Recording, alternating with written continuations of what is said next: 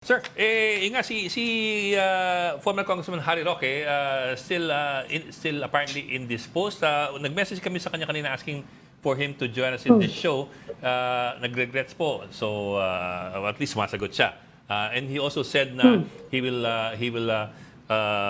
post a video message later on in the day. We're still waiting for that. Pero sir, as far as you're concerned, as far as the Quadcom is concerned, I suppose he's already a wanted person. He's a fugitive. Is that correct? And where do we head from here? Yes, actually, the order of detention was served to his office. May address na binigay. The Sergeant at Arms in coordination with the Philippine National Police pumunta po dun sa opisina nila. Unfortunately, Mr. Harry Roque was not there. And then may pinuntahan pa po silang isang address. I'm not sure if it is his residence, and they have been looking for Mr. Harry Roque for the past 3 days. Ito po ay ka-4th day na nga, no? And in fact, I just got information that until now, that CIDG has taken over for looking for him. Hinahanap pa siya, doon pa rin sa dalawang address na binigay, hindi pa rin siya matagpuan. So in short, as far as the order of detention is concerned, wanted na talaga siya doon. Because actually what we issued, Congress does not issue a warrant of arrest.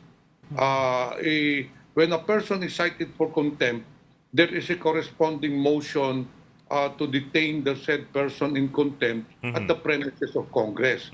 So ang in-issue po natin kay Harry Roque is order of detention, but it is an effect of warrant of arrest.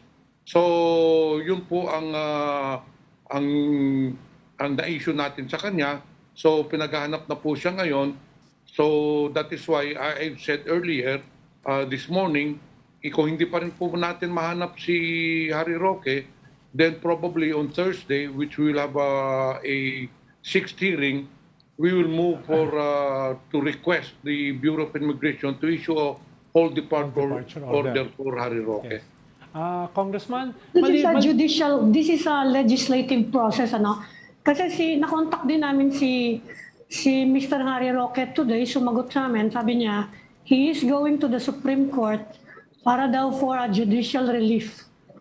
Pwede bang mag-order ang Supreme Court sa Congress na pigilan niyo yan? Actually, he can seek redress from Supreme Court. But until such time that the Supreme Court has not yet decided on his petition. Hindi pa nga natin alam kung nag-file na siya ng petition niya. The order of detention still stands. Yeah. Until such time, sinabihan kami ng order galing sa Supreme Court na pakawalan nyo yan or you receive your contempt order, wala pa po kami natatanggap. In fact, we do not even know if he has already filed the petition. So, wala pa po yung decision ng Supreme Court, dadalhin po talaga siya dito sa Kongreso. And as I've said, the CIDG, the Sergeant of Arms, in fact, it's the CIDG now who is looking for him, hanapin pa rin siya at hulihin siya at dadalhin po dito sa Kongreso. Then, tsaka na po natin sabi nga, desisyonan pag meron ng order sa Supreme Court. Like for example, yung si Ronaldin Baterna, one of our resource person in Lucky South 99. Dinetain po natin siya. She was cited for contempt. Nag-file ng petition yung father niya sa Supreme Court. And then we were made to explain. However, it was already moot and academic dahil nung lumabas yung decision or yung letter ng Supreme Court requiring us to explain, pinalabas na po natin si Ronaldin Baterna. As I've said, we have not received any communication or decision for the Supreme Court, so tuloy pa rin po ang paghahanap kay Harry Roque. Congressman, meron bang mga kaso na ipa-file na o na-i-file na sa mga regular courts labang kay Harry Roque? Dahil sabi dati ng PAOK at sabi rin ng DOJ ay nagpaplano silang magsampa ng kaso. So, ang tanong ay, maliban dito sa warrant batay sa contempt charges sa kanya ng Kongreso, may iba pa talagang mga kaso na nakasalang na o kaya ay na-implement na? Sa pagka-ngayon po, pinag-aaralan pa po ng DOJ and then PAO kung sasampahan siya ng kaso. But as far as I know, hindi pa po nasasampahan. Ang nasampahan po ng kaso is si Cassandra Leong, si Alice Go, and 32 other personalities involved in the POGO operations ng money laundering. No? Yung AMLA po ang nag-file. And then I understand that another case will also be filed for human trafficking naman. Pero hindi pa yata napapile yung human trafficking. Pero yung sa AMLA, for money laundering, na-file na po.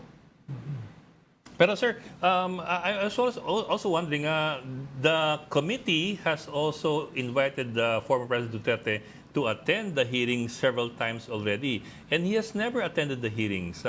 I'm wondering what makes it different in his case versus the case of Harry Roque, where Harry is cited for contempt, and the former president can apparently just ignore the invitation. Now, this is totally different, no? Una, let me make it clear. The contempt order for Harry Roque was not for the reason of a no-show dahil hindi siya sumipot. Yung contempt order kay Harry Roque, we issued that because of his Submission of subpoena documents. ducis tecum. During the last two hearings, the committee issued a subpoena ducis tecum for him to produce or submit pertinent documents relative to the inquiry. So hindi po kasi there are 6 grounds for a person or a resource person to be cited for contempt. One is a refusal to appear in the committee. The other one is refusal to produce or submit pertinent documents. Doon sa subpoena dosis tecum po yung cite for contempt ni Harry Roque. Now in the case of former President Duterte, we have only invited him once pa, no? I think it was during the 4th hearing. Now, the committee has not yet decided whether we will issue a show cause order because I've said, as a courtesy to a former president, we cannot extend that to other personalities. This is a former president. So therefore, we should also show some courtesy. Now, I understand that this coming Thursday, which will be the 6th hearing, we will send another invitation for former president. Now, the invitation is not in any way that we will accuse him, but more on the giving him the opportunity to air his side and clear his name.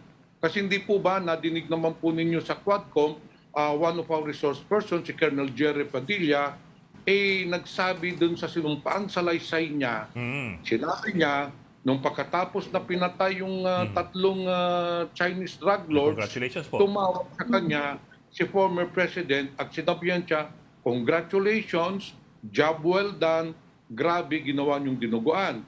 After nung nag-usap sila, pinagmayabang din ni Jerry Padilla na doon sa mga kasama niya sa trabaho, katatawag lang ni former president, kino-congratulate tayo. And this was corroborated by the PDL. Yes, sir. Na pumatay, no? Corroborated doon sa sinumpang salaysay, nandinig nga niya na tumawag and then sinabi rin ni former Warden Padilla sa mga kasama na si Presidente yon. Andito po, under oath po yung binigay na Yes, sir. affidavit ni former Warden Jerry Padilla. Yes, sir. Yes, sir. Yes, sir. Congressman, Patalo- since you are considering inviting the former president, pinag-iisipan nyo na rin ba kung iimbitahin nyo, kahit meron kayong interparliamentary courtesy, iimbitahin nyo din ba posible si Senators Bongo and of course Senator Bato de la Rosa dahil ilang beses na din silang nabanggit dyan sa mga investigation sa inquiry ng Quadcom Senator Bongo, hindi pa po tayo nagpapadala ng invitation. Pero kay Senator Bato de la Rosa, from what I know, meron na po tayong invitation doon. Basta sa interparliamentary courtesy, alam mo naman ng Kongreso, may Senado, may Yes. House of Representatives, we give him the due courtesy, interparliamentary courtesy. So it's up to him whether he attends or not.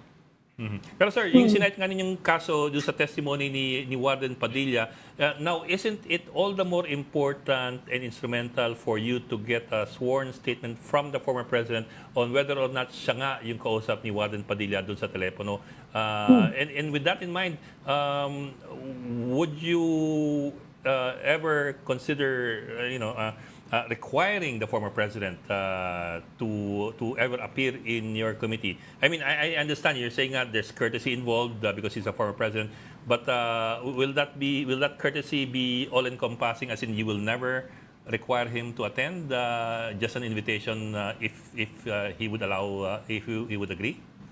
As I've said, we have already invited him officially during the third hearing, and then ngayong sa sixth hearing, iimbitahin na po natin.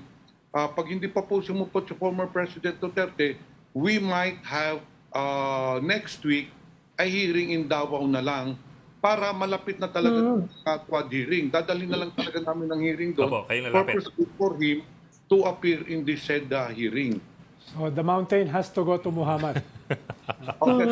Po talaga because hindi na alam mo naman na old age na rin si former president. So as I've said, the committee would like to extend it to him the opportunity to clear his name or to give information or to rebut the testimony of Warden Padilla. Yung pong ginagawa natin. Now let me make it clear, no? Hindi po yung Quadcom ang nagsabi na tumawag siya. This is based on the affidavit under oath by Superintendent Warden Padilla, corroborated also by Mr. Leopoldo Tan Jr.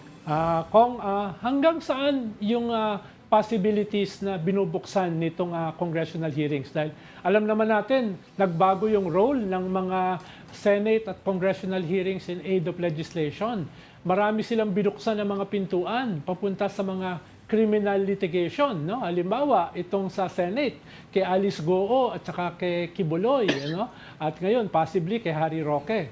So, may ganun din bang direksyon na possibility itong quad hearings na hindi lang siya simpleng purely in aid of legislation, kung hindi magbukas ng iba pang mga pintuan papunta sa... Totoo po yun, binubuksan po natin yung pintuan. In fact, during the past administration, the subject matter could be taboo, no? Nobody was talking about it. It's only now na pinag-uusapan natin ito. Yung AJK, war on drugs. Yes. Before, hindi naman ito pinag-uusapan. And then actually, hindi naman mamasamain sana ng ibang agency, but we are already doing the police work. Kasi ilang beses na po inimbestigahan ngayon, wala naman po nangyayari. But in our case, there are now witnesses or resource persons telling us that indeed there was a war on drugs. Sinabi rin ni Colonel Joby Espinido, na dinig naman siguro ninyo sa Quadcom, that during the past administration, there was a reward system. 20,000 pesos ang binibigay na reward pag nakapatay ka ng drug pusher. And it goes up. Pag mayroong barangay captain na involved sa drugs, mas tumataas. Pag mayor naman, mas mataas din. Sa testimony po, nasa sworn affidavit po ni Joby Espinido yon. Now, these things did not come out several years ago. It's only now. So we are already opening the doors for further investigations. But remember that Congress has no prosecutorial powers. What we only do is inquiries in aid of legislation. So what we do is, pag mayroon ng committee report, we recommend what cases to be filed to the judicial and quasi-judicial bodies. Yun lang pong nagagawa natin. Hindi po pwede ang Kongreso ang mag-file ng kaso. Yes. Okay. Maraming salamat po, Congressman Surigao del Sur, Congressman Johnny Pimentel. Thank you for joining. Maraming salamat, Kong. Sana maulit Thank you, ang inyong Congressman. pagharap sa atin dito. Yes, sir.